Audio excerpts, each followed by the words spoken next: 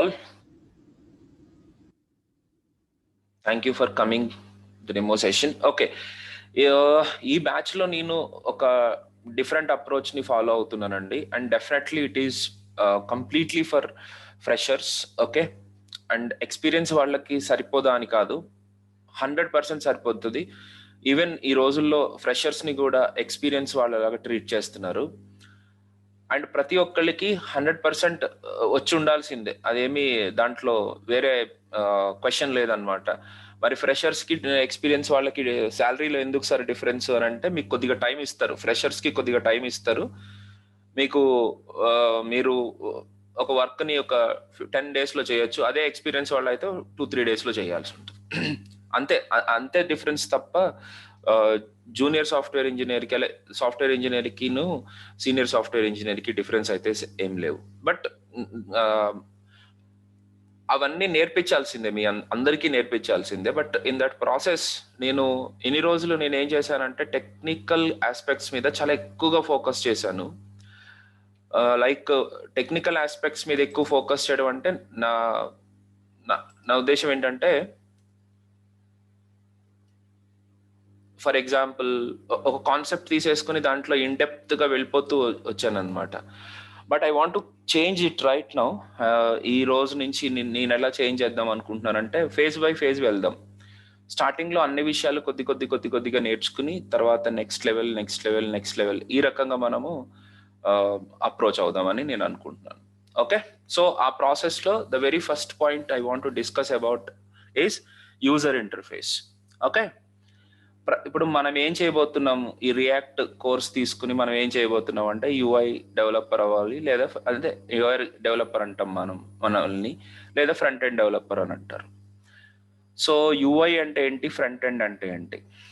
Okay, UI అంటే user interface, front end అంటే ఏంటి అంటే whatever the applications are there, దానికి ఫ్రంట్ ఎండ్ అని బ్యాక్ ఎండ్ అని 2 పార్ట్స్ ఉంటాయి. సో దాన్ని ఎలా అర్థం చేసుకోవాలి మనం, that is the first point I want to discuss now. User interface అనేది ఫస్ట్ టైం వింటున్నామా మనం? Is it really the very first thing we are doing it?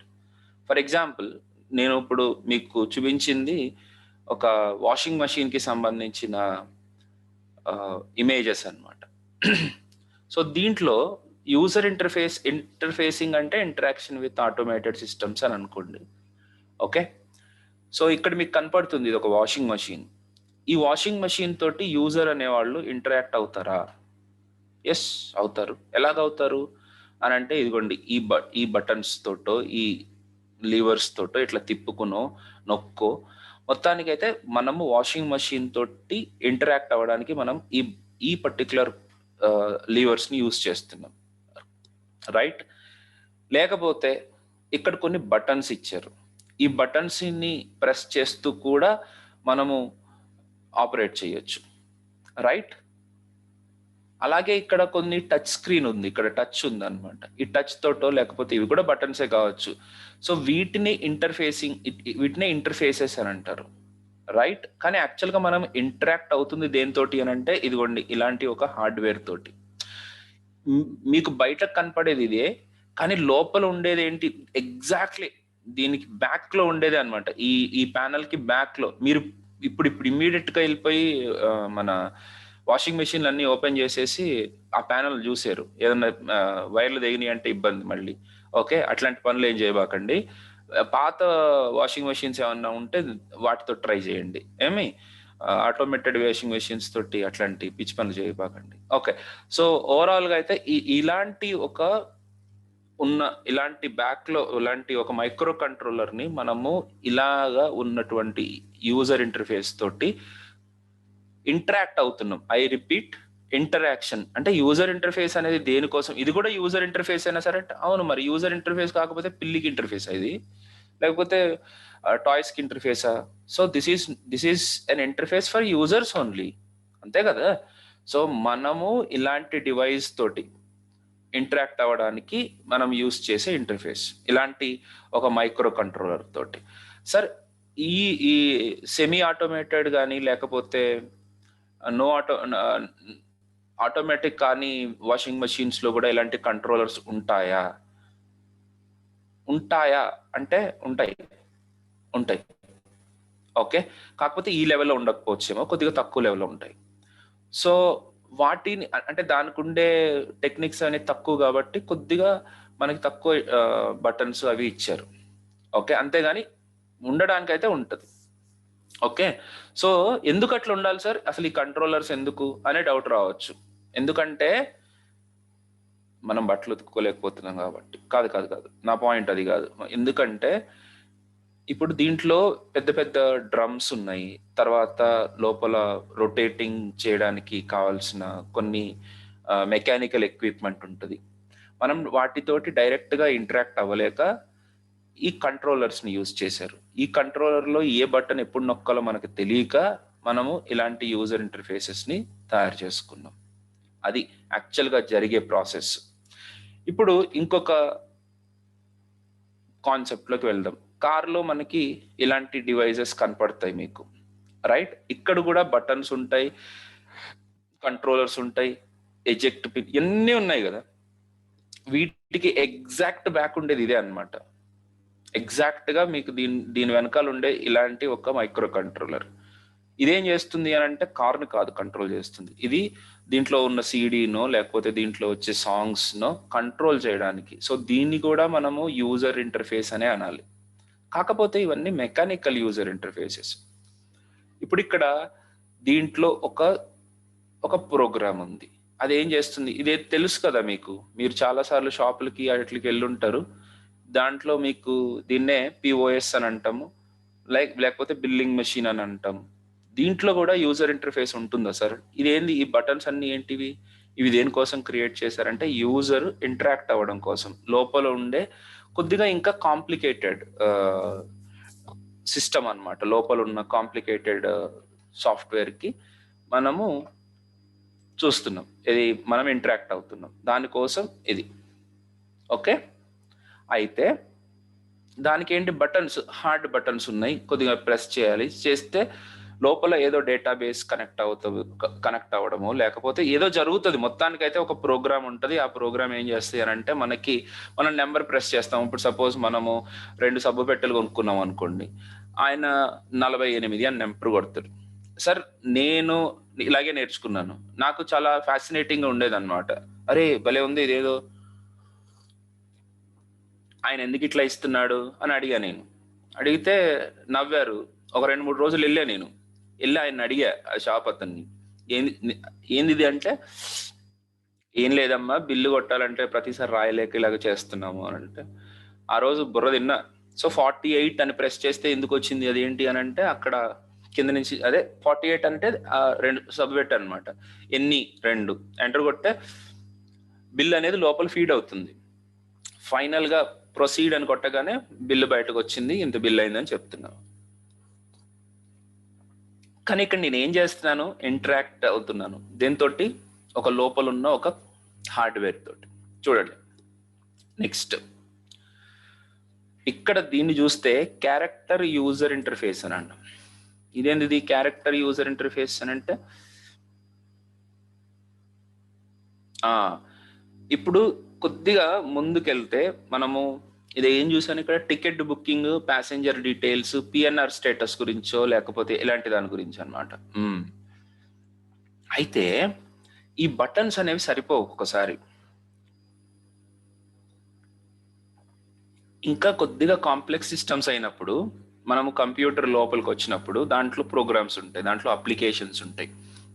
ఆ అప్లికేషన్ తోటి ఇంటరాక్ట్ అవ్వాలి. ఎలా ఇంటరాక్ట్ అవుతాము అని అంటే, మనము కొన్ని ఫంక్షన్ కీస్ ప్రెస్ చేయాలన్నమాట. ఫంక్షన్ కీస్ ఎక్కడ ఉంటాయి అని అంటే కీబోర్డ్ మీద ఉంటాయి. వాటిని ప్రెస్ చేస్తే ఇలాంటివన్నీ కనపడతాయి. సో ఇదేంటి అని అంటే క్యారెక్టర్స్ తోటి మాత్రమే మనకి ఇక్కడ డిస్ప్లే కనపడుతుంది. Okay, character user interface. ఇప్పుడు చూద్దాం అసలు క్యారెక్టర్ యూజర్ ఇంటర్ఫేస్ అనేది ఎలా ఉంటుంది అని. ఇప్పుడు ఫర్ ఎగ్జాంపుల్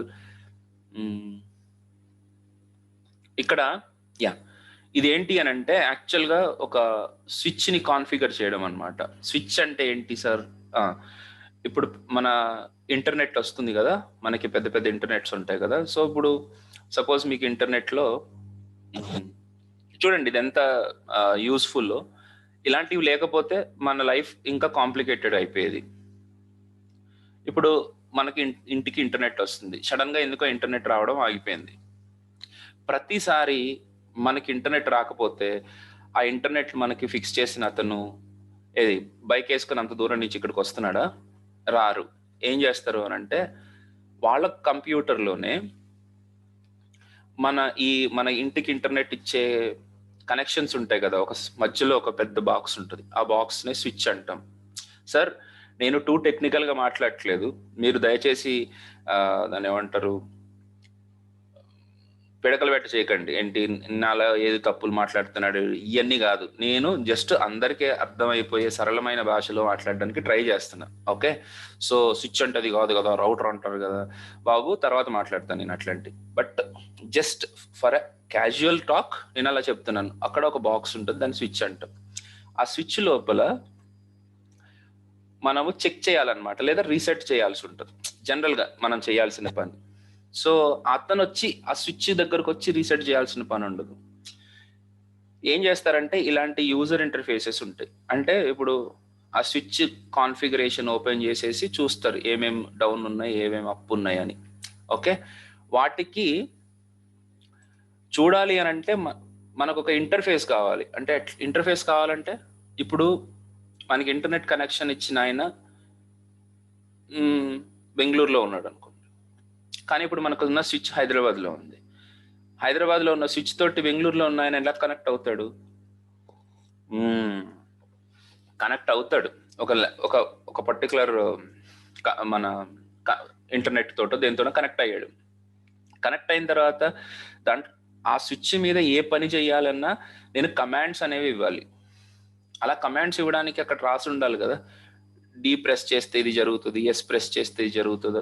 అట్లాంటిది ఏదైనా చేయడానికి మనకు ఒక క్యారెక్టర్స్ తోటి కనపడేలాగా ఒక డిజైన్ చేసి ఉంచుతారు అనమాట. దాన్నే క్యారెక్టర్ యూజర్ ఇంటర్ఫేస్ అని అంటారు. ఇక్కడ చూడండి, ఇలాంటి ప్రపంచంలో ఎగ్జిస్టింగ్ ఉండేనా అంటే 100% ఉండేవి. ఓకే, మన ఇండియాకి వచ్చేసరికి మనము చాలా మట్టు గ్రాఫికల్ యూజర్ చెప్తాను దాంట్లో చేస్తున్నాం. కానీ యుఎస్ లో స్టార్టింగ్ డేస్ లో మూవీ టికెట్స్ ని బుక్ చేసుకోవడానికి ఇలాంటి సిస్టమ్స్ ఉండేవి. ఇంటర్నెట్ తో కనెక్ట్ అయిపోయిన తర్వాత రంగురంగులుగా బ్రౌజర్స్ మీద క్లిక్ చేసేస్తే ఇలా వచ్చేలేదు వాళ్ళకి. వాళ్ళు ఫస్ట్ ఏం చేశారు అని అంటే ఇలాంటిది ఒకటి క్రియేట్ చేశారు. అంటే వాళ్ళు మన డాస్ లోకి వెళ్ళి, డాస్ అంటే మీ కమాండ్ లైన్ ఇంటర్ఫేస్ అని ఉంటుంది, దాంట్లోకి వెళ్ళి టైప్ చేయాలి. టైప్ చేస్తే press 1 to add new movie ticketing record, press 2 to display all movie ticketing records, search, delete.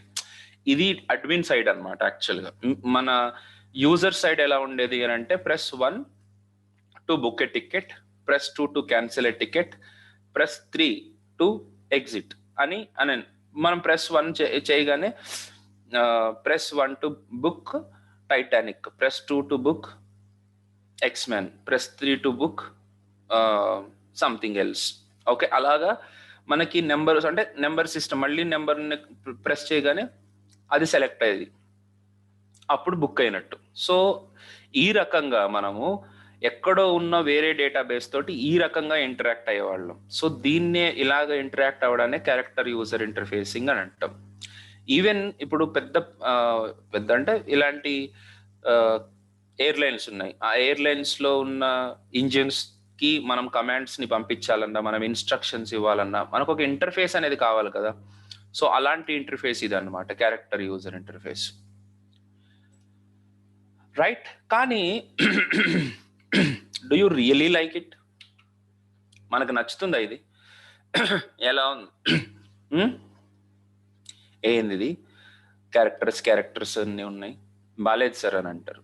Yes, exactly, we need a better system, right? అందుకనే మనం గ్రాఫికల్ యూజర్ ఇంటర్ఫేస్ అనేది create చేసుకున్నాం. మనం అంటే ఇప్పుడు మీరు సేమ్, మీకు ఇంతకుముందు నేను ఒక మ్యూజిక్ సిస్టమ్ గురించి చూపించాను. ఆ మ్యూజిక్ సిస్టమ్ తోటి ఇంటరాక్ట్ అవ్వడానికి మనం బటన్స్ ప్రెస్ చేసాం. ఇప్పుడు ఏంటంటే ఒక టచ్ స్క్రీన్ ఇచ్చేసి ఆ టచ్ మీద ఏదైనా ప్రెస్ చేస్తే ఆ పర్టికులర్ థింగ్ ఓపెన్ అవుతుంది. సో ఇక్కడ మనం గ్రాఫికల్ గా ఇంటరాక్ట్ అవుతున్నాం. క్యారెక్టర్స్ ప్రెస్ చేసో కమాండ్స్ బటన్స్ ప్రెస్ చేసో మనం ఇంటరాక్ట్ అవ్వట్లేదు, గ్రాఫికల్గా ఇంటరాక్ట్ అవుతున్నాం, రైట్? ఇలాంటి యూజర్ ఇంటర్ఫేసెస్ ని గ్రాఫికల్ యూజర్ ఇంటర్ఫేసెస్ అంటారు.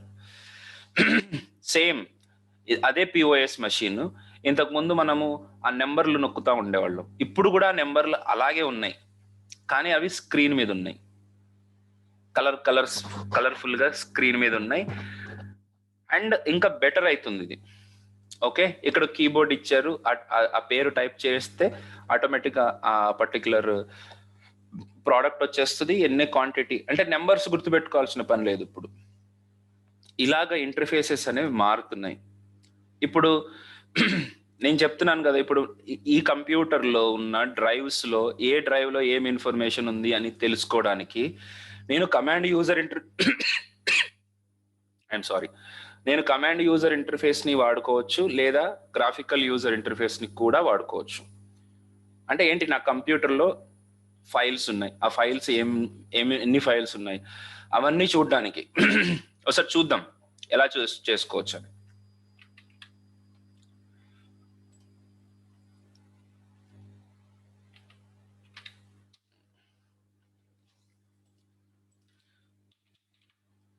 ఇదిగోండి,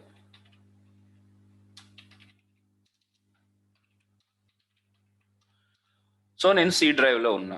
సి డ్రైవ్ లో ఏమేమి ఫోల్డర్స్ ఉన్నాయి తెలుసుకోవాలంటే డిఐఆర్ అని టైప్ చేసి ఎంటర్ కొడితే సి డ్రైవ్ లో ఉన్న ఫోల్డర్స్ అన్ని వస్తున్నాయి. అంటే నేను కంప్యూటర్ తోటే ఇంటరాక్ట్ అవుతున్నా, కానీ ఎలా ఇంటరాక్ట్ అవుతున్నా, క్యారెక్టర్స్ తోటి ఇంటరాక్ట్ అవుతున్నా, రైట్? అది ఎలా చెప్తుంది అని అంటే క్యారెక్టర్స్ రూపంలోనే చెప్తుంది దాంట్లో ఏమేమి ఉన్నాయి అనేది.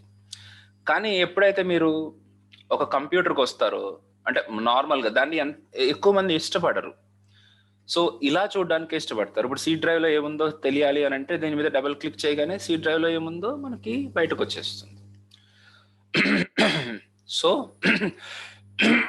సారీ గైస్, సో ఇలాంటి ప్రాసెస్ ని మనం ఏమంటాము అని అంటే గ్రాఫికల్ యూజర్ ఇంటర్ఫేసింగ్ అని అంటాం, గ్రాఫికల్ యూజర్ ఇంటరాక్షన్స్ అని. కాకపోతే గ్రాఫికల్ యూజర్ ఇంటరాక్షన్ అనేది బాగుంది. ఇప్పుడు నేను వేరే వాళ్ళ సిస్టమ్ని నేను కనెక్ట్ అవ్వాలనుకోండి, నేను ఏమేమి యూజ్ చేయొచ్చు, what kind of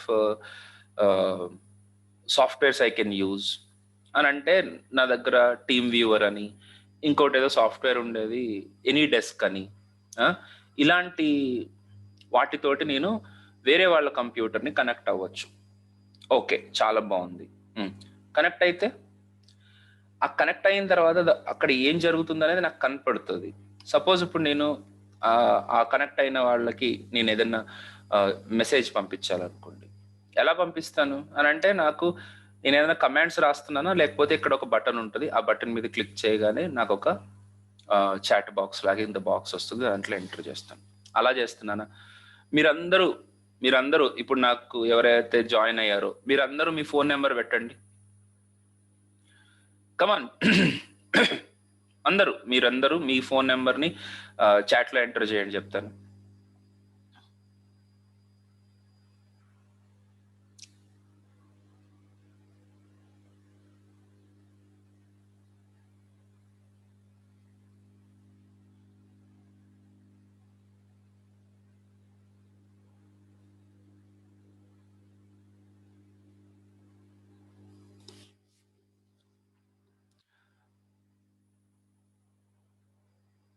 okay, thank you.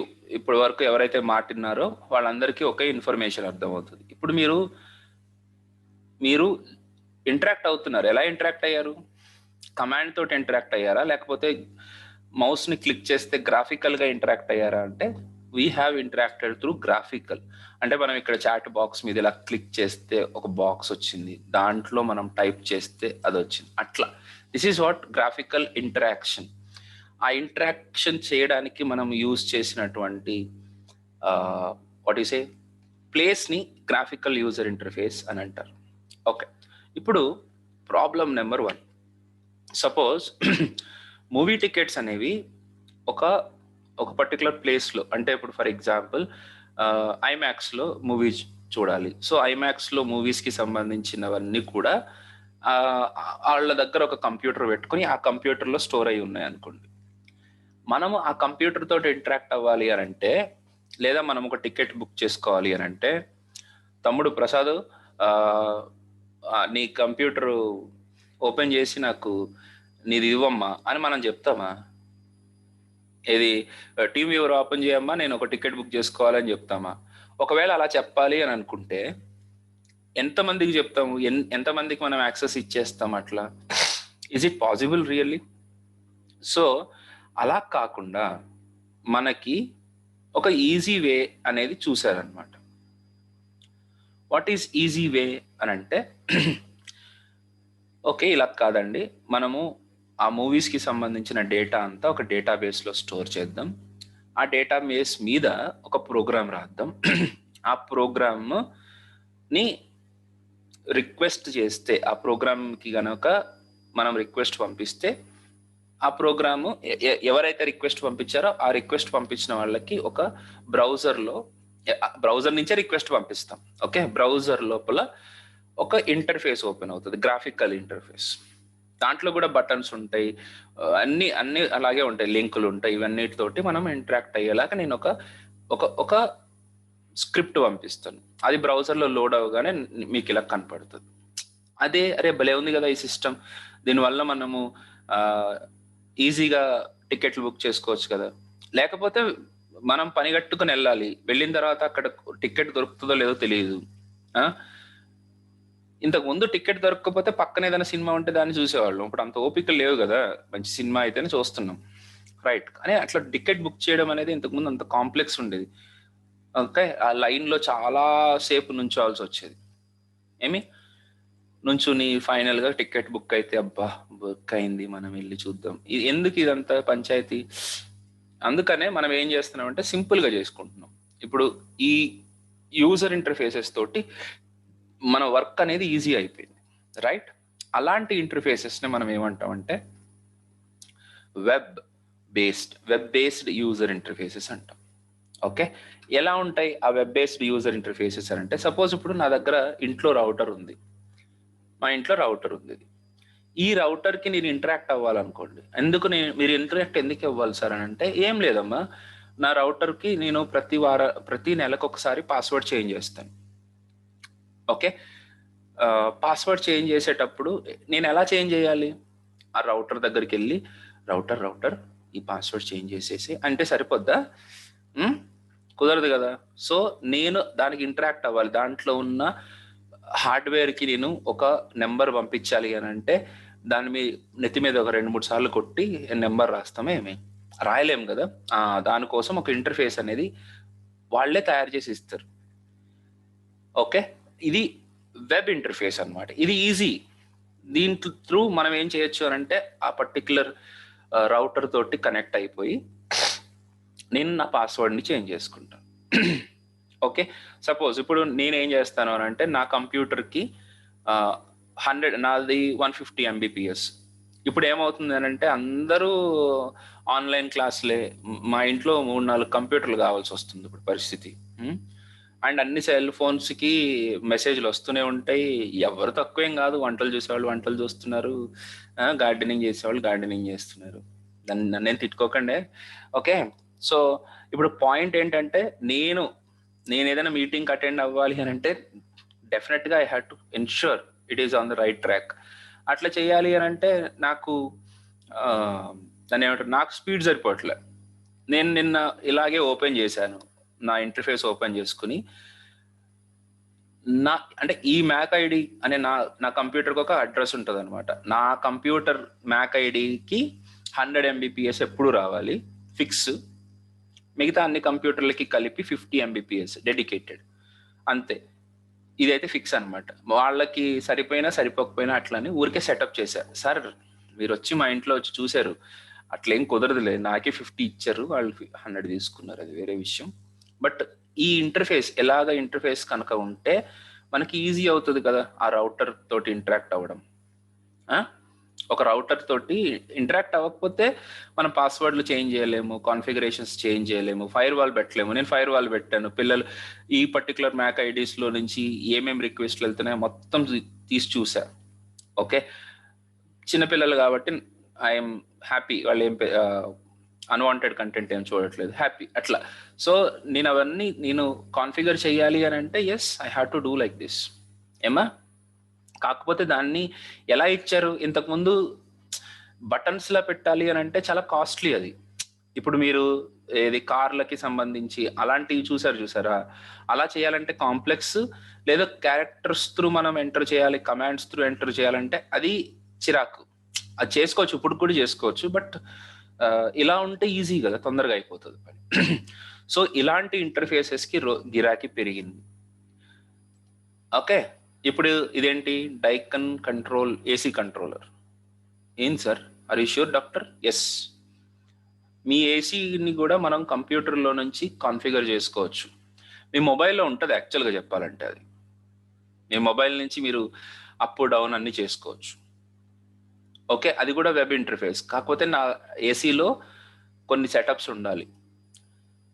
ఇది ఒక వెరీ వెరీ ఇంపార్టెంట్ థింగ్. ఇది డేటాబేస్కి డైరెక్ట్గా గ్రాఫికల్ యూజర్ ఇంటర్ఫేస్ అనమాట. డేటాబేస్లో ఏం డేటా ఉంది అని చెప్పడానికి. సరే డేటాబేస్ అంటే ఏంటి అని అంటే, వెయిట్ ఎక్కువ ఆలోచించకండి. ముందు ఇలాంటి అంటే డేటాబేస్లో ఉన్న డేటాని చూసుకోవడానికి మనం ఒక అడ్రస్ ఇస్తే ఆ అడ్రస్ మనకు ఒక వెబ్ పేజ్ లాంటిది ఇలాంటిది ఇచ్చేస్తుంది. దీంట్లో పెట్టిస్తుంది అనమాట, నాకు ఈ డేటా ఉంది అని. మళ్ళీ దీంట్లో ఏదైనా లింక్ క్లిక్ చేసామంటే మళ్ళీ డేటాబేస్ మనకి డేటాబేస్ ఇవ్వదు, ఇంకా చాలా చెప్పాలి మీకు, మళ్ళీ ఇంకొక కొత్త ఇస్తుంది అనమాట. ఇదిగోండి, దీన్ని చాలా మంది చాలా సార్లు చూసే ఉంటారు. దీన్ని ఐఆర్సిటిసి అంటారు, ఐఆర్సిటిసి లాగిన్. దీనికి కూడా మీరు వెబ్ పోర్టల్ అని అంటారు, కానీ నేను వెబ్ యూజర్ ఇంటర్ఫేస్ అని అంటారు. దీన్నే యూజర్ ఇంటర్ఫేస్ అని అంటారు. దేంతోటి, ఆ ట్రైన్ టికెటింగ్ డేటాబేస్ తోటి ఇంటరాక్ట్ అవ్వడానికి. ఇది ఎందుకు, what is the purpose of it అని అంటే ట్రైన్ టికెటింగ్, రైట్. ఇదేంటి అని అంటే ప్రో క్రెడిట్ కార్డు ప్లాన్. మన credit card details, accounts, cards, transfers, ఇవన్నీ ఇన్ఫర్మేషన్ మనకు కనపడడానికి మనం ప్రతిసారి మనము బ్యాంకుకు ఫోన్ చేసి కనుక్కోము కదా, ఎక్కడ ఏది యూజ్ అయింది, ఎంతవరకు యూజ్ అయింది, ఇవన్నీ తెలియాలి అని అంటే ఆ డేటాబేస్ తోటి, ఆ డేటాబేస్లో ఉన్న ఇన్ఫర్మేషన్, నీకు సంబంధించిన ఇన్ఫర్మేషన్ని ఎలా డిస్ప్లే చేయాలి అని అంటే, ఇలా డిస్ప్లే చేస్తే బాగుంటుందని మీకే అనిపిస్తుంది కదా, రైట్. సో ఇది కూడా ఎందుకు మరి అల్టిమేట్గా ఇలాగ డీటెయిల్స్ని డిస్ప్లే ఎందుకు చేయాలి అని అంటే, అవును సార్, ఇప్పుడు మీరు బిల్లు పే చేయాలనుకోండి, ఒక బటన్ కావాలి, దేనికి ఎంత పే చేస్తున్నామని డిస్ప్లే చేయడానికి ఒక టేబుల్ కావాలి. ఇలాగ కనుక డేటాని కనుక మనం డిస్ప్లే చేస్తే it is easier for us to interact with the data. మనకి డేటా తోటి, డేటాబేస్ తోటి కానీ ఇంటరాక్ట్ అవ్వడానికి ఇది ఈజీగా ఉంది కదా మనకి. అందుకనే మనము ఇలాంటి ఇంటర్ఫేస్లను తయారు చేయడానికి ఇంట్రెస్ట్ చూపిస్తుంది.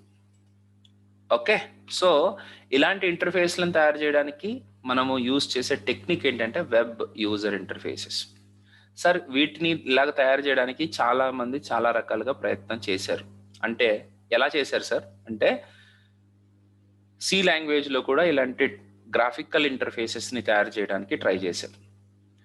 కానీ ఇలాగ ఇంటర్ఫేస్ని ఇలాగ బ్యూటిఫుల్గా తయారు చేయడానికి సి లాంగ్వేజ్లో దగ్గర 5 సంవత్సరాలు పడుతుంది. ఎస్, ఈ కర్వ్స్ తీసుకురావాలి, షాడోస్ కావాలి, కార్ ఇమేజ్లు కావాలి, ఆ లెఫ్ట్ సైడ్కి రావాలి, ఈ కలర్ కావాలి, ఈ ఫాంట్ కావాలి, ఇవన్నీ కావాలి అని అంటే 5 సంవత్సరాలు పడుతుంది. అదే విబి అని ఇంకొకటి ఉంది, దాంట్లో 1 year పడుతుంది. జావా అని ఉంది, దాంతో దగ్గర ఒక 6 నెలలు పడుతుంది. అదే మా హెచ్టిఎంఎల్ అనుకో, మామూలుగా ఉండదు. మా హెచ్టిఎంఎల్లో అయితే ఇదంతా ఒక 1 వారం రోజుల్లో చేసేసేయచ్చు. హెచ్టిఎంఎల్ అంటే నేను ఈ ప్రాసెస్లో హెచ్టిఎంఎల్, సిఎస్ఎస్ యూస్ చేసి ఇలాంటి ఇంటర్ఫేస్ అది పనిచేసేలా చేయడానికి ఇంకొక నెల పడుతుంది కావచ్చు. కానీ అలాగే క్రియేట్ చేయాలి అని అంటే జుజుబి మన హెచ్టిఎంఎల్కి. హెచ్టిఎంఎల్, సిఎస్ఎస్ అయితే ఇలాంటివన్నీ చిటికలో చేసేస్తాయి, కేక్ వాక్ అనమాట. కానీ అవి దాన్ని క్లిక్ చేసినప్పుడు ఇక్కడికి వెళ్ళాలి, అక్కడికి కాల్ అవ్వాలి, ఇవన్నీ చేయడానికి కొద్దిగా టైం పడుతుంది. యాక్సెప్ట్ చేస్తా. సో ఇలాగ మనం యూజర్ ఇంటర్ఫేసెస్ అనేవి క్రియేట్ చేయాలి. That is what our job is. ఎక్కడి నుంచి వచ్చాం మనం? Where we have started guys? నేను ఇక్కడి నుంచి మాట్లాడుతున్నా. ఫిజికల్ గా బటన్స్ ని క్లిక్ చేయడం దగ్గర నుంచి, క్యారెక్టర్స్ తోటి మనం ఇంటరాక్ట్ అవ్వడం దగ్గర నుంచి, గ్రాఫిక్స్ తోటి ఇంటరాక్ట్ అవ్వడం దగ్గర నుంచి మనం ఇప్పుడు వచ్చింది వెబ్ యూజర్ ఇంటర్ఫేస్ వరకు వచ్చాం, రైట్? సో చూచాయిగానో లేకపోయినా కనీసం కొద్దిగానైనా మీకు అర్థమైందని అనుకుంటున్నాను. యూజర్ ఇంటరాక్షన్ అంటే ఎందుకు, యూజర్ ఇంటరాక్షన్ అంటే ఏ దాంతో ఇంటరాక్ట్ అవుతున్నాము అనే విషయాలు బేసిక్గా తెలిసినాయి అని అనుకుంటున్నాను. సో ఆ ఇంటర్ఫేసెస్ని, అలాంటి స్క్రీన్స్ని క్రియేట్ చేయడానికి మనం HTML, CSS, జావా స్క్రిప్ట్ అనే లాంగ్వేజెస్ని వాడుతున్నాం. ఓకే, కానీ ఇప్పుడు ఈ వెబ్ అనే కాన్సెప్ట్ గురించి మనం 100% తెలుసుకోవాలి. ఓకే, సో సార్ అందరికీ ఉన్న తొత్తర ఏంటంటే, నాకు ఇంత ఓపిక లేదు సార్, తొందర చెప్పేస్తే నేను వినేసి వెళ్ళిపోతాను. ఏం చేస్తాడు వెళ్ళి నాకు అర్థం కాదు, అది వేరే విషయం. జాగ్రత్తగా టైం స్పెండ్ చేయండి. ప్రతి ఒక్కళ్ళు నాతోటి క్లాసులు వింటారా, నాతోటి వినరా అనేది నాకు సంబంధం లేదు, నాకు అవసరం లేదు. ఓకే, మీరు వింటే మీరు నేర్చుకుంటారని నా ఒపీనియన్, లేకపోతే లేదు, that's okay, I don't care. కాకపోతే ఎక్కడ నేర్చుకున్నా సరే మీరు ఫండమెంటల్స్, ఇలాంటి కీవర్డ్స్ గురించి మీరు ఫోకస్ చేయాలి. అప్పుడే మీరు ఏం చేస్తున్నారు అనేది అర్థమవుతుంది. లేకపోతే ఎందుకు చేస్తున్నాం అనే విషయం తెలియదు. ఇప్పుడు ఆల్రెడీ HTML, CSS వచ్చిన వాళ్ళు, వెబ్సైట్స్ తయారు చేయడం వచ్చిన వాళ్ళు, రియల్ టైంలో పనిచేసిన వాళ్ళకి నేను రియాక్ట్ని, జావా స్క్రిప్ట్ని 1 monthలో చెప్పేస్తా. కానీ అదే అస్సలు తెలియని వాళ్ళకి 3 నెలలు పడుతుంది. ఎందుకు పడుతుంది సార్ అని అంటే, వాళ్ళకి ఈ కీవర్డ్స్ తెలియవు పాపం. ఓకే, సో ప్రతిరోజు మన క్లాసు ఒక పజిల్ లాగా ఉంటుంది. ఈ రోజు మొత్తం మీకు ఆలోచించడానికి నేను కొంత మెటీరియల్ని మీ బుర్ర మీద వదిలేశా. You start thinking about it. మీరు ఆలోచన స్టార్ట్ చేయండి. అరే ఇప్పుడు అక్కడ స్విచ్ బోర్డు ఉంది, ఆ స్విచ్ బోర్డు అనేది కూడా ఇంటరాక్షనే కదా అని ఎందుకు ఆలోచించకూడదు? టీవీ ఉంది, మనకు రిమోట్ కనపడినప్పుడు వెనకాల బటన్లు నొక్కుతూ ఉంటాం, అది కూడా యూజర్ ఇంటరాక్షనే కదా. రిమోట్లో ఉన్నాయి కూడా యూజర్ ఇంటరాక్షన్సే కదా. మనము మన లిఫ్ట్లో కిందకి వెళ్తూ ఉంటాం, అక్కడ కూడా యూజర్ ఇంటరాక్షనే ఉంది కదా. బైక్ ఉంది, బైక్ కిక్ స్టార్ట్ మన ఇది కొడుతున్నాం, అది కూడా యూజర్ ఇంటరాక్షనే కదా. సో ఇలాగ మీరు ఒకసారి మీరు ఆలోచించడం అనేది స్టార్ట్ చేస్తేనే ఇవన్నీ వర్కౌట్ అవుతాయి. అంతేగాని HTML, CSS, JavaScript, React నేర్చేసుకుంటే అయిపోదు. మిగతా విషయాలు కూడా మనకు తెలిసి ఉండాలి. డేటాబేసెస్ అంటే ఏంటి, వెబ్ అంటే ఏంటి, ఇవన్నీ. ఓకే, నాకు సాధ్యమైనంత వరకు నేను చెప్తూనే ఉంటాను. But take it as a puzzle. ఇప్పుడు అర్థం కాని విషయం, ఇప్పుడు నేను చెప్పిన దాంట్లో ఒక 50% అర్థం కాకుండా ఉండవచ్చు, కానీ మీకు ఒక పజిల్ ఇచ్చాను. ఈ రోజంతా మనల్ని మనం యాక్టివేటెడ్గా ఉంచుకోవడానికి ఒక పజిల్. ఆలోచించండి, నెతకండి, గూగుల్లో సెర్చ్ చేయండి. అల్టిమేట్గా మనము ఆ ప్లేస్ మీదకి రావాలి. ఇవన్నీ తెలిసినప్పుడు నేను చెప్పే ప్రతి దాన్ని ఏమంటారంటే టెక్నిక్, రియాక్ట్లో చెప్పే ప్రతి చిన్న ఇన్ఫర్మేషన్కి మీనింగ్ అనేది మీకు కనపడుతుంది. లేకపోతే బలవంతంగా నేర్చుకుంటున్నట్టు ఉంటుంది అనమాట ఒక స్టేజ్ దాటిపోయిన తర్వాత. స్టార్టింగ్లో కలర్గా ఉంటుంది, HTML, CSS బలే అని జావా స్క్రిప్ట్లో ఏదో ప్రోగ్రామ్స్ వస్తూ ఉంటాయి.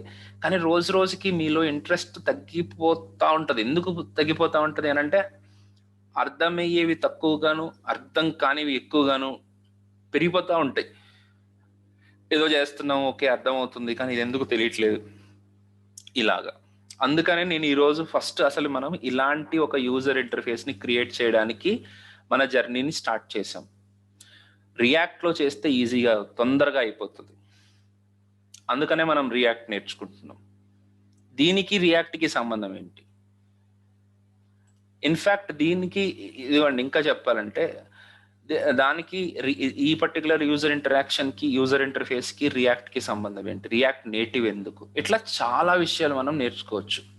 Okay, so every day is like a puzzle for us. So మీరు అరే రేపు పొద్దున్న ఇంకొక కొత్త పజిల్ ఏదో రాబోతుంది అని అనుకోండి తప్ప, అమ్మ రేపు ఇంకొకటి అర్థం కాని విషయం ఏదో వస్తుంది రా బాబు అని అనుకోకండి. Yes, it is a puzzle, yes let us crack it. దానికి నేను హెల్ప్ చేస్తున్నాను అంతే. Okay okay guys, let us go to the next concept that is called as what is web. ఏంది వెబ్? వెబ్ అంటే ఏంటి? డబ్ల్యూడబ్ల్యూడబ్ల్యూడబ్ల్యూ ఏంటి సార్? వరల్డ్ వైడ్ వెబ్ అని అంటే ఏంటి అని అంటే, యాక్చువల్గా web is a program. Actually నా ఉద్దేశంలో web is a program or set of programs in fact. Okay, so ఎవరైనా వెబ్ అని అంటే ఏంటి అని అంటే అది కనెక్టెడ్ సిస్టమ్స్ అని రకరకాల ఆన్సర్స్ చెప్తూ ఉంటారు. నేను ఇంకొక కైండ్ ఆఫ్ అప్రోచ్ని తీసుకెళ్తాను. ఓకే, చూద్దాం ఒకసారి వెబ్ అంటే ఏంటనేది. సో బేసిక్గా ఇప్పుడు మనం ఎలా వర్క్ అవుతుంది, మనం ఏ పని చేస్తున్నా సరే, జీమెయిల్ ఓపెన్ చేసినా, ఇంటర్నెట్లో మూవీస్ టికెట్స్ బుక్ చేసుకున్నా, ఏ పని చేసినా మనము బ్రౌజర్ యూజ్ చేస్తున్నాం. దాన్ని కొంతమంది వెబ్ బ్రౌజర్ అని అంటున్నారు. ఓకే, అలాంటప్పుడు ఓకే, దట్ ఈస్ ఫైన్, దాన్ని వెబ్ బ్రౌజర్ అన్నాము, బాగుంది. బట్ వెబ్ అంటే ఏంటి? ఓకే, చూద్దాం ఇప్పుడు. సో ఇక్కడ ఒక వెబ్ సర్వర్ అని ఒకటి ఉంటుంది, వెబ్ బ్రౌజర్ అని ఒకటి ఉంటుంది. ఈ రెండింటి మధ్యలో కమ్యూనికేట్ చేసుకోవడానికి మన ఇంటర్నెట్ అనేది ఒకటి ఉంటుంది. అంటే ఎట్లా చెప్తున్నారు సార్ అంటే, ఇప్పుడు చూడండి, VLRtraining.in అని ఒక వెబ్సైట్ ఉంది. ఆ వెబ్సైట్ అనేది ఎక్కడుంది? వేర్ ఈస్ దట్ VLRtraining.in అనే వెబ్సైట్ అని కనుక మీరు ఆలోచిస్తే, ఇదిగోండి ఇలాంటి ఒక వెబ్ సర్వర్లో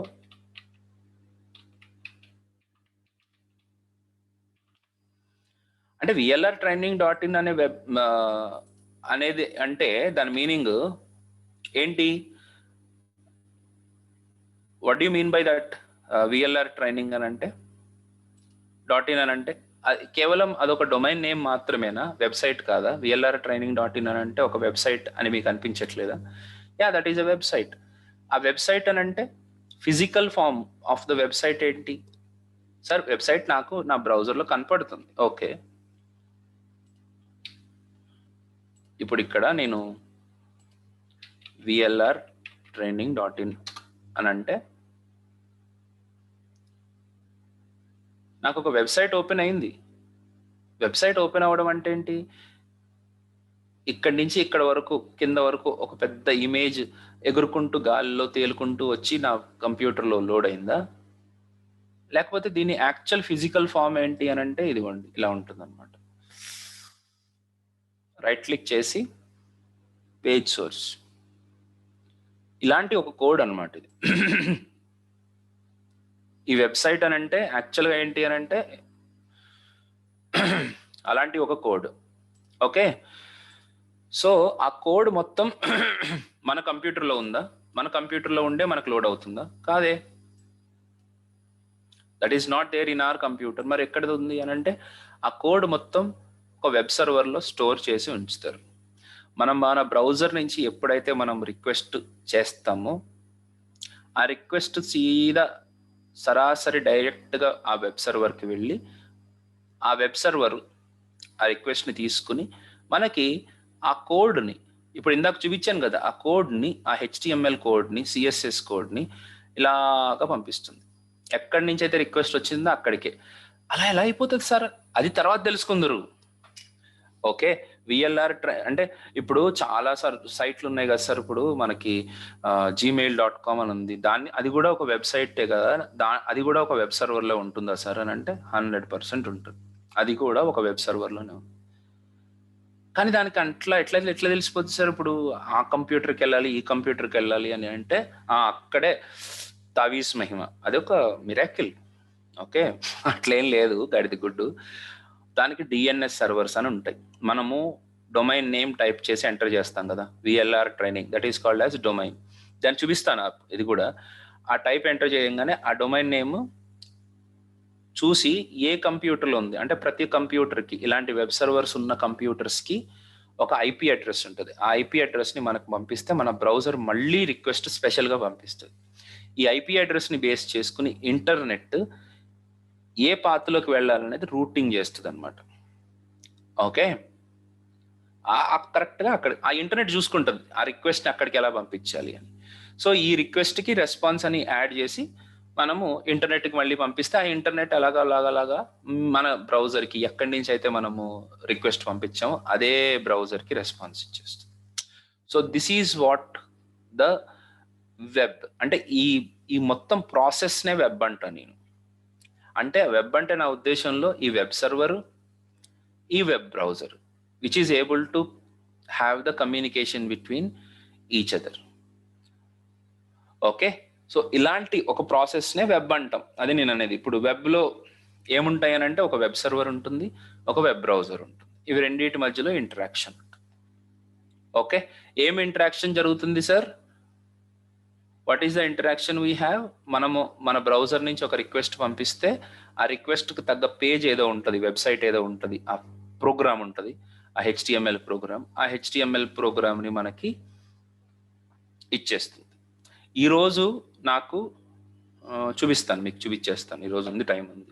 ఓకే, ఇలాగా ఇది ఇది చాలా టాప్ లేయర్ అన్నమాట ఇది. ఓకే, ఇప్పుడు మనము చాలా ఆలోచించాలి. వెబ్ సర్వర్ అంటే ఏంటి? వెబ్ సర్వర్ అంటే ఏంటి? అది ఒక ప్రోగ్రామే. ఓకే, దేనిలో రాశారు సార్ అని అంటే ఒక్కొక్క వెబ్ సర్వర్ ఒక్కొక్క లాంగ్వేజ్లో రాశారు. ఇప్పుడు అపాచే ఉంది, అపాచే వెబ్ సర్వర్ C++లో రాశారు. అంటే ఎన్ని సర్వర్స్ ఉంటాయి సార్? ఇలాంటి సర్వర్స్ ఏమేమి ఉంటాయి మనకి అని అంటే చాలా సర్వర్స్ ఉన్నాయమ్మా. వెబ్ సర్వర్స్ చాలా రకాలుగా ఉన్నాయి. లైక్ ఇప్పుడు నా దగ్గర HTTP సర్వర్ ఉంది, అపాచే సర్వర్ ఉంది, IIS అని ఒక సర్వర్ ఉంది. ఇలాగ చాలా హండ్రెడ్స్ ఆఫ్ సర్వర్స్ ఉన్నాయి, చాలా సర్వర్స్ ఉన్నాయి. కొంతమంది కస్టమైజర్ సర్వర్, ఇప్పుడు మీరు కావాలనుకుంటే మీరు కూడా ఒక సర్వర్ రాసుకోవచ్చు. ఓకే, సో అలాగా ఒక్కొక్క సర్వర్ ఉంది, ఒక్కొక్క సర్వర్ ఒక్కొక్క లాంగ్వేజ్లో రాశారు. ఓకే, సో సర్వర్ అంటే వెబ్ సర్వర్ అంటే ఒక ప్రోగ్రామ్, అంతేగాని కంప్యూటర్ కాదు. వెబ్ సర్వర్ అనగానే మీకు ఒక బ్లాక్ కలర్ పెద్ద బాక్స్, దానికి వైర్లు, ఇది గుర్తు రాకూడదు. అదొక program which is installed in a CPU అనే అనుకోండి. ఒక కంప్యూటర్లో ఇన్స్టాల్ చేసి ఉంచారు అనే అనుకోండి, అంతే. అవును, ఆ ప్రోగ్రామ్ లేకుండా పెద్ద పెద్ద కంప్యూటర్ అయినా దాని సర్వర్ అనడానికి కుదరదు. పెద్ద పెద్ద చదువుకున్న వాళ్ళు కూడా నన్ను అలా మాట్లాడుతూ ఉంటారు అనమాట. I what a server today అన్నాడు. సర్వర్ ఎట్లా తెచ్చుకున్నావు? What you mean which server అని అడిగితే big computer. Ya, okay. So better you call it as a work station. Okay, అట్లా అనండి, అంతేగాని పెద్ద కంప్యూటర్ అయితే దాన్ని సర్వర్ అనాల్సిన అవసరం లేదు. ఓకే, ఎప్పుడు దాన్ని సర్వర్ అనొచ్చు అని అంటే దాంట్లో ఒక సర్వర్, ఏదో ఒక సర్వర్ ఇన్స్టాల్ అయ్యి ఉంటే దాన్ని సర్వర్ అని అనొచ్చు. వెబ్ సర్వర్స్ అనే కాదు, వెబ్ సర్వర్సే 10 రకాలుగా ఉంటే ఇంకా వేరే వేరే సర్వర్లు కూడా ఉంటాయి. డేటాబేస్ సర్వర్ అని, ఫైల్ సర్వర్ అని, మీడియా సర్వర్ అని, ఇలాగ చాలా, ఇంకా చాటింగ్ సర్వర్స్, SMS సర్వర్స్, ఇట్లా చాలా రకాల సర్వర్స్ ఉంటాయి. ఓకే, సో ఏదైనా అలాంటి ఒక ప్రోగ్రామ్ కనుక ఉంటే yeah you can call that computer as a server. Suppose ఒక్కటే కంప్యూటర్లో వెబ్ సర్వర్ ఇన్స్టాల్ అయ్యి ఉంది అండ్ డేటాబేస్ సర్వర్ ఇన్స్టాల్ అయ్యి ఉంటే అప్పుడే ఎలా పిలవాలి సార్ దాన్ని అని అంటే ఏదైనా పేరు పెట్టండి, అది సర్వర్ అనుకోండి, అంతే సరిపోతుంది. ఓకే, అంతేగాని ఇప్పుడు you can call that as a web server as well as database server. Anyways, ఇప్పుడు ఆ వెబ్ సర్వర్లో ఎలా ఉంటాయి ఆ ఫైల్స్? ఇప్పుడు ఒక వెబ్ పేజ్ ఉంది అని అంటే ఆ వెబ్ సర్వర్లో ఎక్కడ పెట్టుకుంటారు, అసలు ఎలా ఉంటుంది ఫిజికల్ గా? ఒక ప్రోగ్రామ్ అంటే ప్రోగ్రామ్ లో ఈ పర్టికులర్ HTML పేజెస్ ని ఎలా పెడతాం? కంగారు పడకండి. ప్రోగ్రామ్ అని అంటే ఆ ప్రోగ్రామ్ ని ముందు మనం రన్ చేయాలి. ఒకసారి చూద్దాం. XAMPP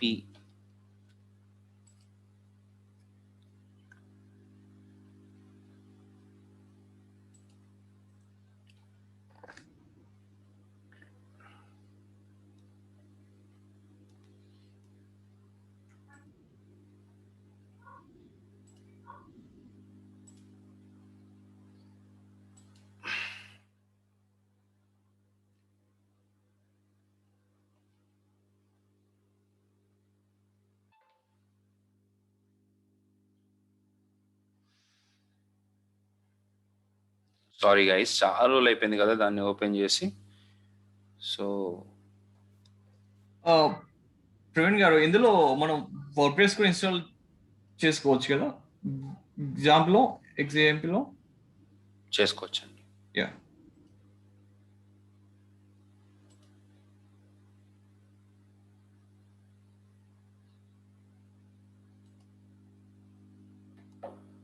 వస్తుంది, ఒక్క నిమిషం.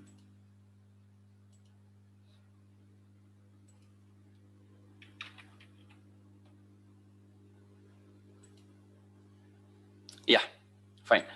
సో ఇప్పుడు ఇది కూడా గ్రాఫికల్ ఇంటర్ఫేసే యాక్చువల్గా చెప్పాలి అని అంటే.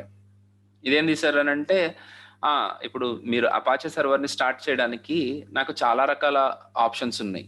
ఎట్లా అంటే, ఇప్పుడు నేను నా ప్రోగ్రామ్ అనేది చాలా పెద్దదన్నమాట. ఆ ప్రోగ్రాంలోకి వెళ్ళి నేను కావాలంటే మాన్యువల్గా కూడా స్టార్ట్ చేసుకోవచ్చు. ఇప్పుడు ఇక్కడ ఉన్న, ఓకే సరే ఆగండి.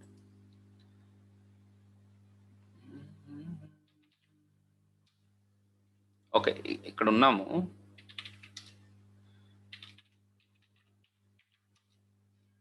ఇట్లా లోపలికి వెళ్ళి, నాకు గుర్తులేదు ఆ ఫోల్డర్ పేరెంట్ అనేది. దీంట్లో అపాచే లోపల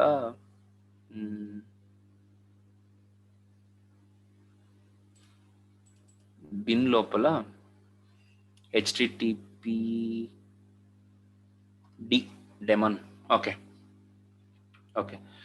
సో దీంట్లో సిడి నో సారీ,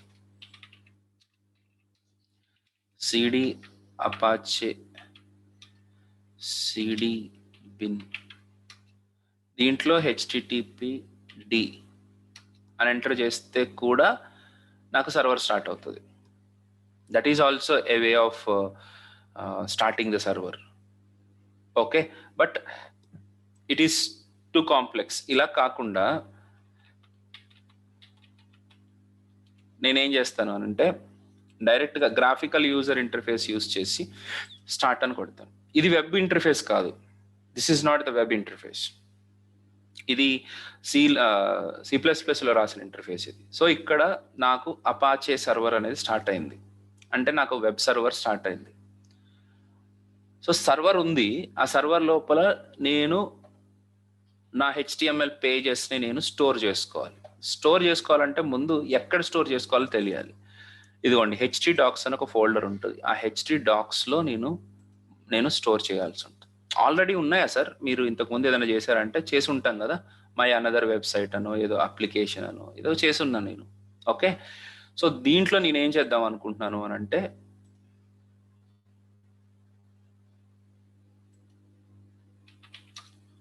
మీరు ఇక్కడే కొద్దిగా ఓపిక పట్టాలా.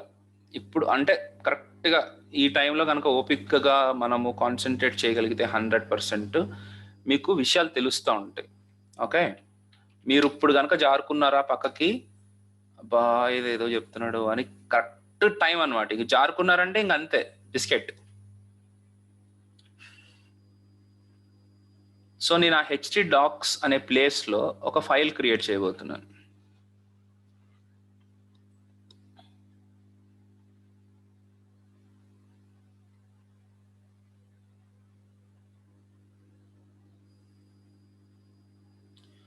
సో ఇక్కడ ఈ htdocs ఫోల్డర్లో నేను ఒక ఫైల్ క్రియేట్ చేయబోతున్నాను. సార్ నేను ఒక్కొక్కసారి ఒక్కొక్కటి చెప్తున్నాను అని కాదు, మీరు Notepad++ కూడా ఓపెన్ చేసుకోవచ్చు. అల్టిమేట్గా మీరు ఫైల్ ఆ లొకేషన్లో సేవ్ చేయాలి, అంతే మీరు చేయాల్సింది, అంతకుమించి ఏం లేదు. So here I'm creating VLR training.html అని క్రియేట్ చేశాను. క్రియేట్ చేస్తే సార్ నాకు ఏం తెలియదు కదా, ఆగండి కంగారు పడకండి, HTML చెప్తాను. నేను ఇక్కడ మీకు అర్థం చేయించాలనుకుంటుంది చాలా సింపుల్ విషయం. వెబ్ పేజెస్ అనేవి సర్వర్లో ఎక్కడ ఉంచుతారు, దాన్ని ఎలా యాక్సెస్ చేసుకుంటున్నాము అనేది డెమాన్స్ట్రేట్ చేయడానికి మాత్రమే నేను చూపిస్తున్నాను.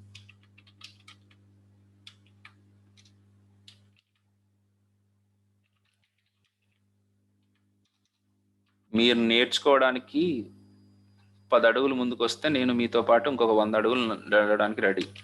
ఓకే, కానీ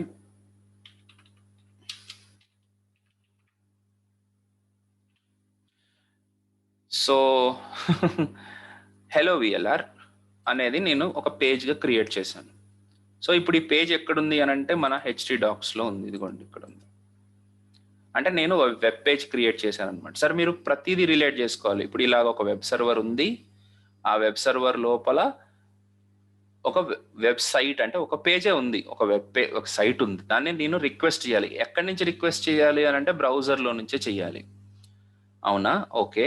బ్రౌజర్లో నుంచి ఏమని చేస్తాము, ఎక్కడికి చేస్తాము అని అంటే ఈ సర్వర్ అంటే ఇప్పుడు ఈ వెబ్ సర్వర్ అనేది ఒక కంప్యూటర్లో రన్ అవుతుంది కదా, నా కంప్యూటరే కాబట్టి నేను ఎలాగా దాన్ని అడుగుతాను అని అంటే లోకల్ హోస్ట్ కోలన్ ప్రతి సర్వరు ఒక పోర్ట్ నెంబర్ మీద రన్ అవుతుంది.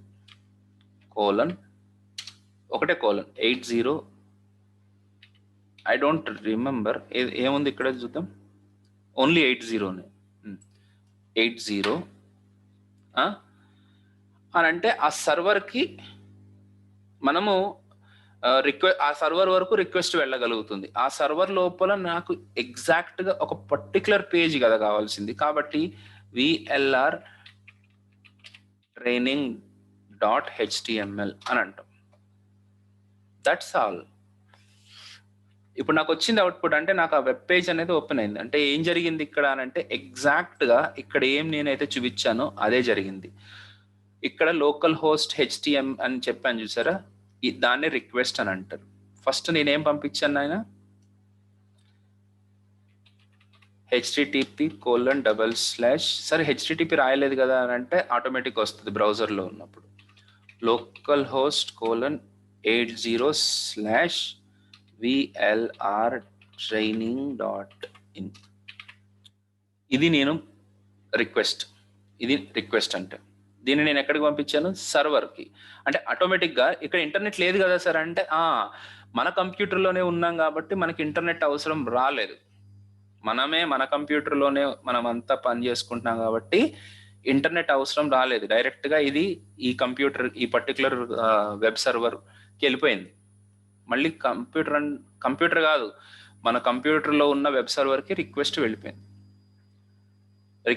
సారీ గైస్, ఇక్కడ నేను HTML అని రాయాలి, నాట్ ఇన్. వెళ్ళిపోయి మనకి రెస్పాన్స్గా ఏమొచ్చింది, ఆ పేజ్ వచ్చింది.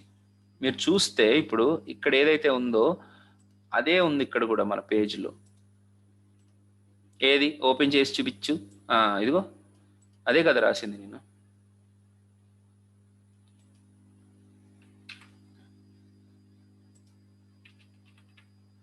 ఇదేనా ఇక్కడే ఉంది, ఇదేనా ఏదైనా రాసానా? సో ఇలాగా మనకి రిక్వెస్ట్ వెళ్ళడం, రెస్పాన్స్ రావడం అనేది జరుగుతుంటుంది. ఓకే, ఈ ప్రాసెస్నే మనం ఏమంటామంటే వెబ్ అంటాం. సో ఈ ప్రాసెస్లో మనము ఏ స్టేజ్కి వెళ్ళిపోవాలి అని అంటే, మనం రిక్వెస్ట్ పంపిస్తే మనకి ఆ పెద్ద పెద్ద ఇంటర్ఫేస్లు వచ్చే స్టేజ్కి రావాలి.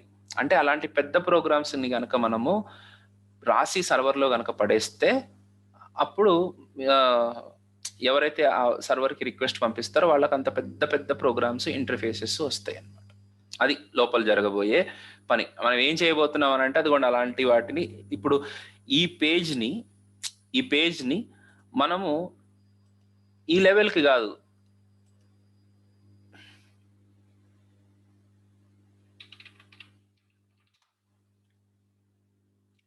ఈ లెవెల్కి తీసుకెళ్ళాల.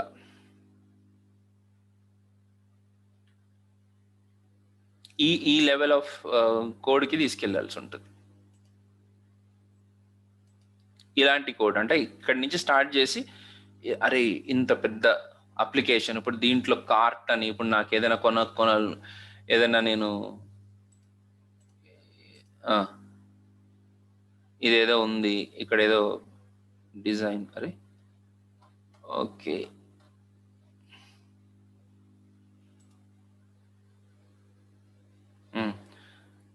ఇక్కడ ఏదో క్లిక్ చేశాను. ఇక్కడ చూడండి, ఇక్కడ కార్ట్ ఇక్కడ ఉంది, ఇక్కడ యాడ్ టు కార్ట్ అని అనగానే ఇక్కడ 3 అయిపోయింది. చూసారా, మీకు కనపడుతుందో లేదో, కార్ట్లో 3 వచ్చేసింది. అలా ఆ రేంజ్కి మనం అప్లికేషన్స్ చేయాలి. ఎలా చేస్తాం సార్? ఇక్కడ మనము పూర్తిగా స్క్రోల్ చేసిన తర్వాత ఇంకా ఎక్స్ట్రాగా లోడ్ అవుతూ ఉంటుంది. అలాంటివి ఎలా లోడ్ చేయొచ్చు సార్? డైనమిక్గా ఎలా లోడ్ చేయొచ్చు?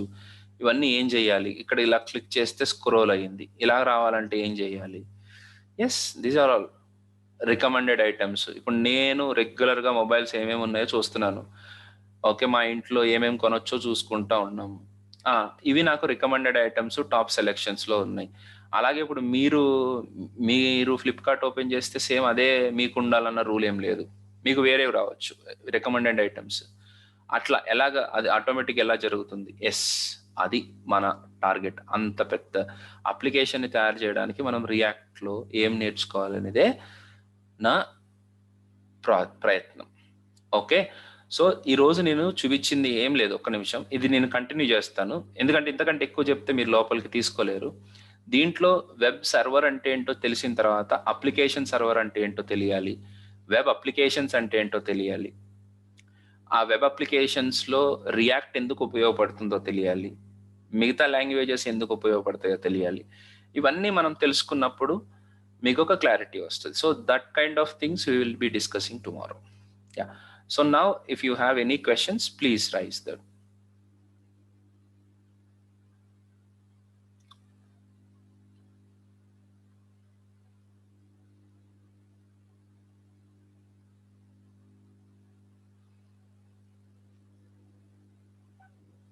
హలో, చెప్పండి. ప్రవీణ్ గారు, నా పేరు రాజేష్ అండి.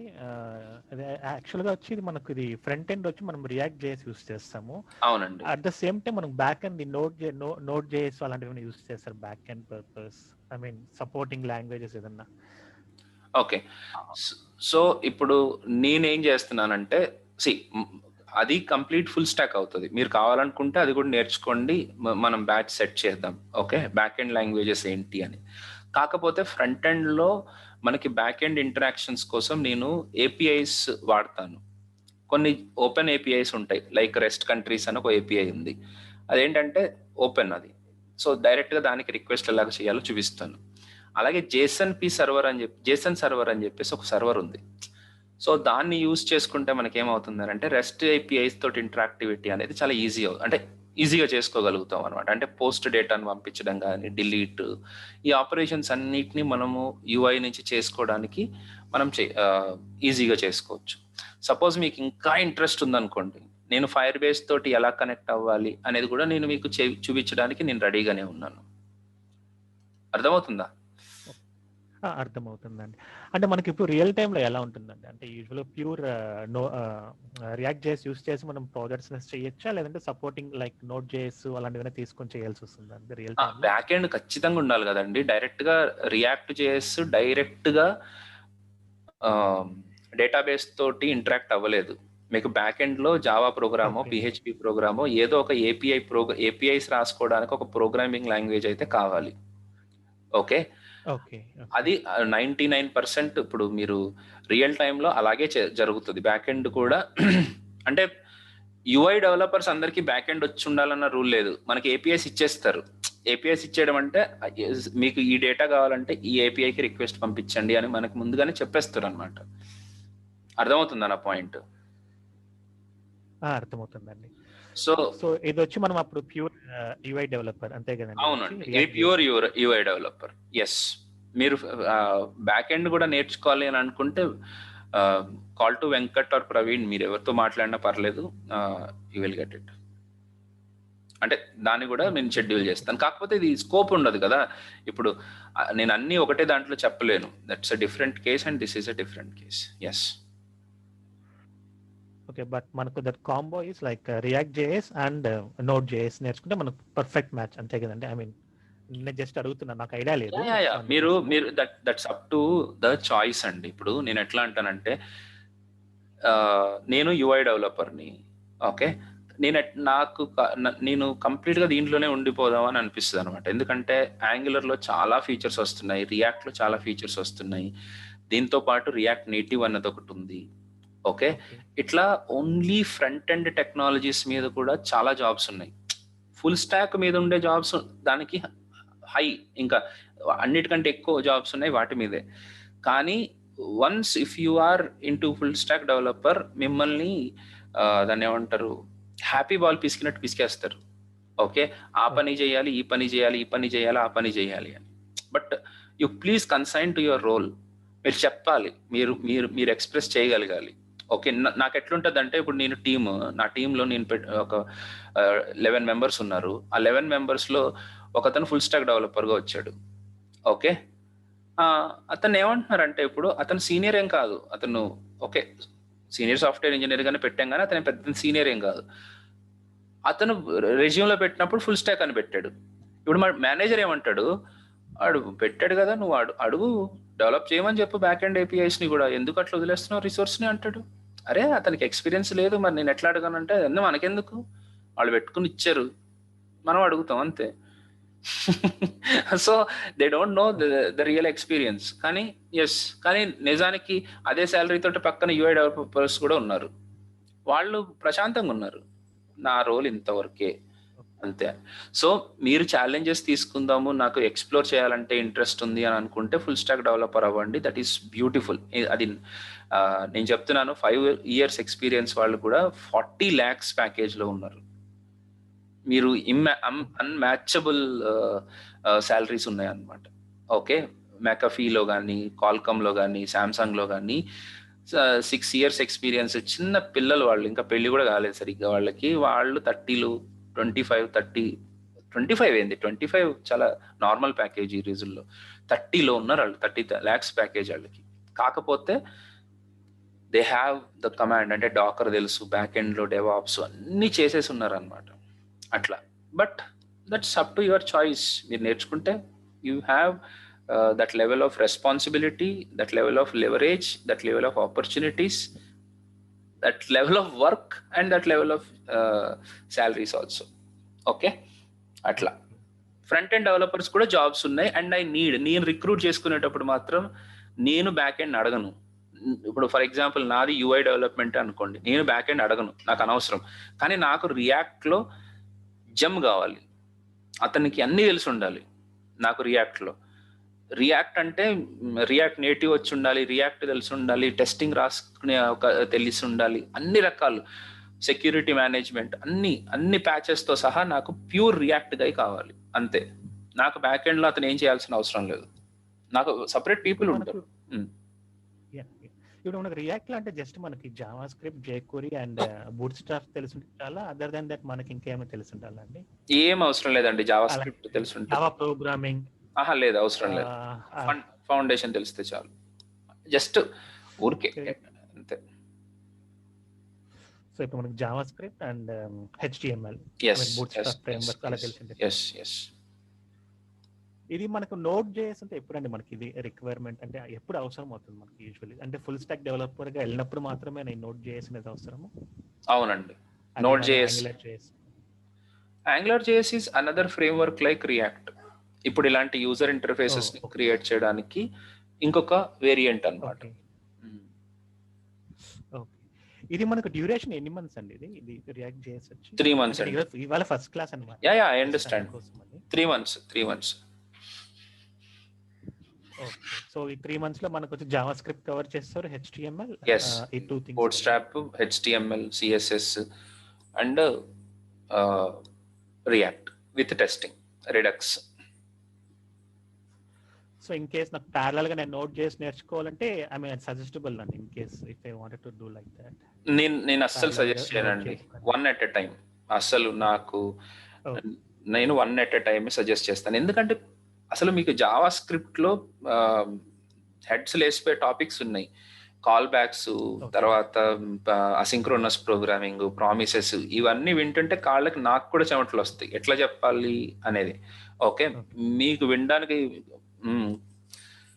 కను రెప్పల మీద కూడా చెమటలు వచ్చే అవకాశం ఉంటుంది. ఓకే, అవన్నీ అంత డెప్త్ కాన్సెప్ట్స్. మీరు ఇంటర్వ్యూ క్లియర్ చేయాలి అని అంటే దాంట్లో అడిగే క్వశ్చన్స్ ఆ రేంజ్లో ఉంటాయి. సో మీరు కూడా ఇప్పుడు ప్రతిదాన్ని ఇన్హేల్ చేసుకోవడానికి రెడీగా ఉండాలి.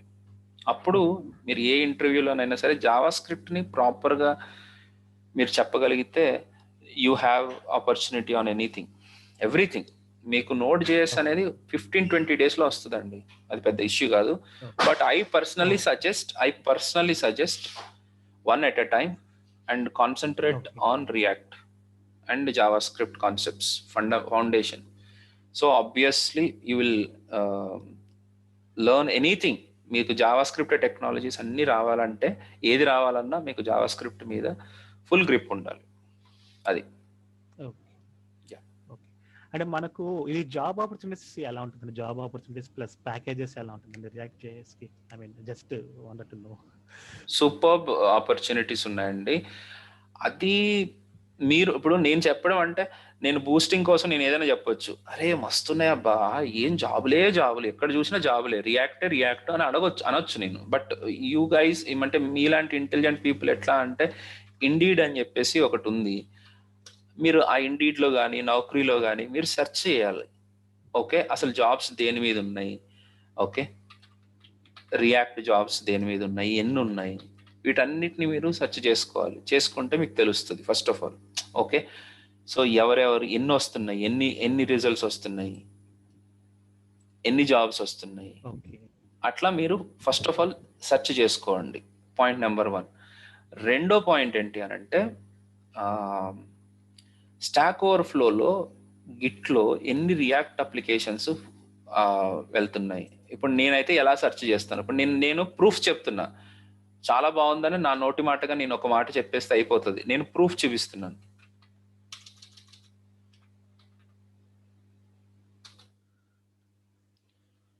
NPM JS అని చెప్పేసి దీనిలో రియాక్ట్ JS, ఓకే రియాక్ట్, దీని మీద ఎన్ని ఉన్నాయో తెలుస్తుంది. ఒక్క నిమిషం. ఇది exact match. So 96 lakhs downloads per week. ఇంతమంది డౌన్లోడ్ చేసుకుంటున్నారు పర్ వీక్ ఏమండి, అంటే 9.6 మిలియన్ పీపుల్ రియాక్ట్ JS అనే జావాస్క్రిప్ట్ లైబ్రరీని డౌన్లోడ్ చేసుకుంటున్నారు. ఓకే, PyChamp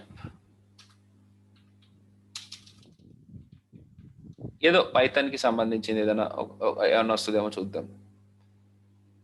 అవి PyShell, సరే run Python script from Node.js, ఇది పెద్దగా ఉండదులేండి, కానీ చెప్తున్నా పైథాన్కి సపరేట్ ప్యాకేజ్ మేనేజర్స్ ఉన్నాయి, అవి ఆ లెవెల్లోనే ఉన్నాయి. సో అట్లా మనము ఎక్కడ వాడుతున్నారని తెలుసుకోవాలి. రెండోది, ఒకవేళ రియాక్ట్ అంతగా పాపులర్ అవ్వదు అని అనుకుంటే, ఫేస్బుక్ ఎందుకు దాన్ని ఎంకరేజ్ చేస్తుంది, ప్రతిసారి దాని మీద ఒక టీం ఎందుకు పెడుతుంది? ఓకే, కాబట్టి React is going to be the very good choice for user interface development. అది point number 1. Okay, and second thing ఏంటంటే, యూజర్ ఇంటర్ఫేస్ డెవలప్మెంట్ అనేది చాలా ఎక్కువ అవుతుంది అనమాట. సో ఆబ్వియస్గా రియాక్ట్ మీద చాలా మందికి జాబ్స్ ఉన్నాయి. ఓకే, అండ్ ఎంత టైం మనకి ఉండొచ్చు అంటే, మళ్ళీ మనం కొన్ని రోజుల తర్వాత మళ్ళీ కొత్త లాంగ్వేజ్ నేర్చుకోవాలా? ఫస్ట్ ఆఫ్ ఆల్ మీరు ఒక పాయింట్ అయితే గుర్తుపెట్టుకోండి, ప్రతిసారి నేర్చుకోవాల్సిందే. ఓకే, నేను ఈ రోజుకి ప్రతిరోజు పొద్దున్న 9 గంటల నుంచి 11 గంటల వరకు నేను రోజు చదువుకుంటాను, ఇది నా టైం. ఓకే, రెండోది శాలరీస్ ఎంత ఉంటాయి అని. ఓకే, కాల్కామ్ లాంటి పెద్ద కంపెనీస్లో కనుక మీరు రియాక్ట్ ఇంటర్వ్యూ క్లియర్ చేస్తే మీకు 30 lakhs ప్యాకేజ్ కూడా ఇస్తారు, ఓన్లీ యూజర్ ఇంటర్ఫేస్ డెవలప్మెంట్ మీద. ఓకే, అదే మీరు బయట ఒక 3 years experience with good react knowledge అని అంటే, మీకు ఈజీగా ఒక 12 lakhs package, 10 lakhs package for 3 to 4 years of experience వాళ్ళకు ఉన్నాయి. 1.5 year ఎక్స్పీరియన్స్ పెట్టుకుని మీరు ఇంటర్వ్యూ కరెక్ట్గా చేయగలిగితే 3 lakhs ప్యాకేజ్, 5 lakhs ప్యాకేజ్ మధ్యలో జాబ్స్ ఉన్నాయి. ఓకే, యా, థ్యాంక్ యూ అండి. Okay Rajesh. Anil, Bhargav, Chakri, Ganesh, anybody? For today class, no questions. Okay. Yeah, same here, sir. No queries. Okay guys, okay అండి. దట్స్ యా, 1 సెకండ్, సారీ, ఎవరో అడిగినట్టున్నారు. Freshers కి minimum package ఎంత ఉంటుంది, ఎంత ఉంటుంది సార్? అసలు ఫ్రెషర్స్ కి అసలు డబ్బులు ఇవ్వకూడదు అనుకుంటా నేను, అంత స్టూపిడ్ని నేను. ఓకే, కాకపోతే మీరు ప్రూవ్ చేసుకోవడాన్ని బట్టి ఉంటుందమ్మా. ఎందుకు నేను ఇలా మాట్లాడాను అని అంటే, మనకి నిజంగా మనము కంపెనీకి వర్త్ అయితే 100% వాళ్ళు ఎంతైనా ఇవ్వడానికి రెడీ గణేష్. ఓకే, ఎంతైనా ఇవ్వడానికి రెడీ. నేను చెప్తున్నాను కదా, ఫ్రెషర్ కూడా 12 లక్షల ప్యాకేజ్ కొట్టిన వాళ్ళు నా దగ్గర ఉన్నారు, నాకు తెలిసిన వాళ్ళు ఉన్నారు. 12 lakhs ప్యాకేజ్ ఫ్రెషర్ కొట్టింది. Okay, so if you are capable enough, you have ability to do anything. కాకపోతే ఒకటి గుర్తుపెట్టుకోండి, అయితే అందరికి కామన్గా చెప్తున్నా,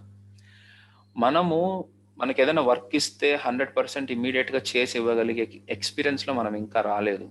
ఒకవేళ మనం వచ్చినప్పుడు definitely we can ask anything. ఆ వచ్చే వరకు మీరు కొద్దిగా కంట్రోల్డ్గా, నేను ఫ్రీగానైనా చేయడానికి రెడీగా ఉన్నాను కంపెనీలో, కానీ నాకు ఎక్స్పీరియన్స్ కావాలి అని గుర్తుపెట్టుకోండి.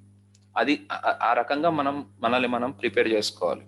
ఓకే, సో నా దగ్గర స్టూడెంట్స్ రిక్రూట్ అయిన, అంటే నా దగ్గర ట్రైన్ అయ్యి బయటకు వెళ్ళిన వాళ్ళు 2.8 lakhs 2.4 lakhs ప్యాకేజెస్లో జాయిన్ అవుతున్నారు ప్రస్తుత ట్రెండ్లో, ఈ ఫ్లోలో.